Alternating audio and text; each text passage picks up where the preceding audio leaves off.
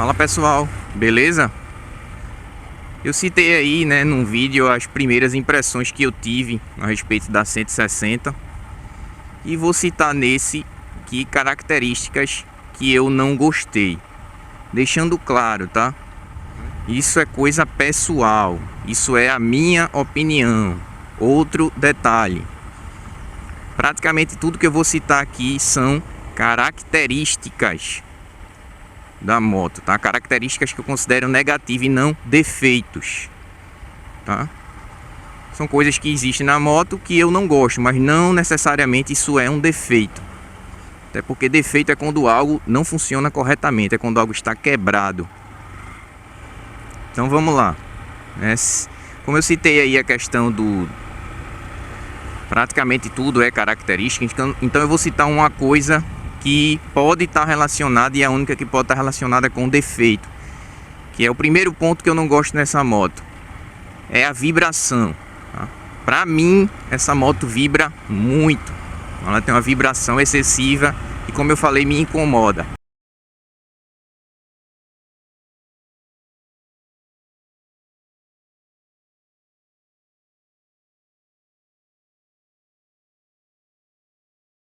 Tem a questão do barulho, que muita gente incomoda, principalmente quem vem da 150 ou da 125 da Honda. Mas isso não é algo que me incomoda, não é algo que eu acho negativo. Até porque eu entendo que os motores são diferentes, tem funcionamento diferente, tá? Agora a questão da vibração é algo que de fato me incomoda. E aí é quando eu cito a questão de eu não sei se é defeito ou não, porque tem aquele lance lá do rolamento do comando. Então eu não sei até que ponto essa vibração pode ter relação com, digamos, aquela peça solta, né, entre aspas, solta que tem no motor. Aquilo ali pode ser uma fonte de vibração. Não que com certeza não é somente ela. Eu falo no sentido de aquilo agravar a vibração, aumentar a vibração. Talvez se não tivesse aquilo a vibração fosse menor. Esse é o primeiro ponto. O segundo que eu vou citar aqui, que eu até fiz uma colinha aqui, tá, pessoal, para não esquecer. Mas esse eu não anotei e vou falar logo dele para não esquecer, que é a questão da rabeta. Esses modelos mais novos, eles têm uma rabeta mais flexível comparado ao modelo que eu tinha, né, a 150. Então ele balança bastante essa rabeta nesses modelos mais novos comparado a 150, tá? Isso facilita até a questão de placa quebrar. A gente sabe que as placas da gente já são das melhores, né? Então essa questão aí desse balançado, ele facilita até quebrar a placa. E quando a gente anda em algum tipo de piso irregular, terra, paralelepípedo, né? Por sorte eu não ando muito nesse tipo de terreno. Basicamente todo o meu trecho é assim, asfalto. Então não sinto muito. Mas é algo que eu não gosto. É algo que me incomoda um pouco. Vamos lá. Outro ponto que aí eu acho que é praticamente a unanimidade. É essa buzina aqui. Cara, se a montadora ela faz pesquisa de mercado, eu não sei quem é o cidadão lá que tá fazendo, viu? Porque pelo amor de Deus, cara, quem foi o bendito que inventou de colocar a buzina desse jeito, velho? Hoje eu tô até um pouco mais acostumado, mas de vez em quando eu dou uma esquecida e já era, né? Ao invés de dar seta buzina, ao invés de buzinar do seta, e é aquele negócio todo. Mas ficou horrível essa mudança que fizeram aqui, horrível. Então eu não sei de quem foi a ideia, mas com certeza não é algo bem aceito. Lógico que unanimidade não é, vai ter alguém que goste, normal. Mas posso dizer que é praticamente uma unanimidade, porque todos que tocam nesse assunto reclamam demais dessa buzina. E o pior, né, porque mudaram duas vezes na realidade. Mudaram primeiro para cima, trocaram a posição aqui, e depois mudaram o formato do botão. Então uma das coisas que eu também não gosto, que eu senti, é por ele ser bicudo aqui, você meio que... Eu perdi, pra mim, pelo menos, né? Perdi um pouco da sensibilidade. Às vezes você quer dar um toquezinho mais sutil ou um toque mais forte e você perde um pouco da sensibilidade porque não apoia direito o seu dedo. Pelo menos isso é comigo, tá? Eu sei que a posição ninguém gostou, mas esse detalhe aí é algo que eu não vejo muita gente falar. Mas comigo eu não gostei, achei horrível, horrível mesmo. Só não mudo por conta eu não gosto de mexer em questões elétricas, trocar a originalidade da moto. Eu não gosto, tá? Mas se não fosse isso eu já teria mudado há muito tempo. É muito ruim isso, pessoal, muito. Continuando, a Honda reformulou praticamente a moto inteira. Isso comparando com as CGs mais antigas, né? Do farol redondo, que era que eu tinha. E não sei por que cargas d'água não mudaram essa alça do garupa, né? Essa alça de apoio onde você coloca a mão. Tá tudo bem, tá? Ele cumpre bem o seu papel. Quem precisa amarrar alguma coisa funciona direitinho, os ganchinhos lá e tal. Mas meu amigo, é algo de 1900 e antigamente, pô. Como é que mudam a moto inteira e deixam essa peça? Pra mim isso é uma economia porca. Já deveriam ter mudado isso há muito tempo. Reformularam 2 vezes o modelo, né? Passou para 150 do painel digital em 2014, em 2016 veio as 160 e tal, e sinceramente esse é outro ponto horrível. Já deveria ter sido mudado, não por uma questão de funcionalidade, como eu disse, funciona muito bem, mas por uma questão de estética. Eu acho que não condiz com o design da moto. Agora 2 pontos que estão meio que ligados diretamente. O primeiro é, não sei por que a Honda ainda continua utilizando corrente alternada, tá? Na verdade eu sei, é uma questão de economia, né? Se botar um sistema de corrente contínua aí vai ter que dar uma mudada na parte elétrica da moto e vai sair um pouquinho mais caro. E a gente sabe que esse pessoal faz de tudo para diminuir custo e aumentar o lucro. Então assim, eu acho horrível essa questão de corrente alternada, aí o farol fica oscilando e tal. Não gosto, tá? Eu acho isso um atraso, principalmente porque é uma moto tão cara, um produto tão caro. E aí a gente entra no segundo ponto, que é esse, pra mim é pior ainda. Não sei por que essas motos ainda continuam vindo com farol de 35, lâmpada de 35 watts.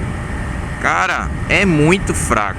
A gente tem que lembrar que o carro tem dois faróis, são 2 lâmpadas, e nessas motos a gente tem um farol só. Para lugares mais escuros você não tem profundidade de luz, então a visibilidade ela fica muito curta, isso se torna relativamente perigoso. Volto a repetir, isso para mim é também fácil de resolver, é simplesmente melhorar o sistema elétrico da moto. Então é outro atraso, é outro retrocesso, outra falta de evolução, na verdade, que eu vejo nessas motos. Continuando ainda na parte elétrica, a questão aqui do painel. Logicamente, comparado ao painel da minha outra que eu tinha, esse eu acho muito mais bonito. Porém, eu não gosto desse painel todo digital, galera. Para mim, o melhor dos mundos ainda é o velocímetro digital e o contagiros, né, analógico, como por exemplo é na Phaser 150. Para mim aquele painel é lindíssimo, né? E isso logicamente é a questão da falta do marcador de marcha, não que altere a usabilidade da moto. Para mim não é algo relevante, mas assim, pelo preço, volto a repetir, que a gente paga, deveria vir. Mas o mais importante desse caso é a questão do contagiro. Eu não gosto desse contagiro digital. Lógico que é melhor do que não ter, mas é algo que eu não gosto. Porém, entendo também que é um caminho sem volta, né? Infelizmente, é uma tendência mundial. Pelo que eu tô vendo, praticamente todas as motos estão vindo com esse painel. Lamento, mas é algo que eu não gosto. Indo agora para questões mecânicas, acho que não é novidade, que eu já citei em outro vídeo. Não gosto do freio CBS. Eu ainda vou fazer um vídeo específico citando os motivos. Na verdade já deveria ter feito, né? Mas eu preferi pegar a moto, usar a moto para comprovar o que eu já imaginava, tá? Mas eu não gosto. Prefiro o freio convencional. Lógico, Eu tô falando aqui do CBS, que é o freio combinado, e não do ABS. Para mim o ABS é top, o CBS não. O CBS ele é ruim e dependendo, em casos mais extremos, ele se torna perigoso, tá? E por último,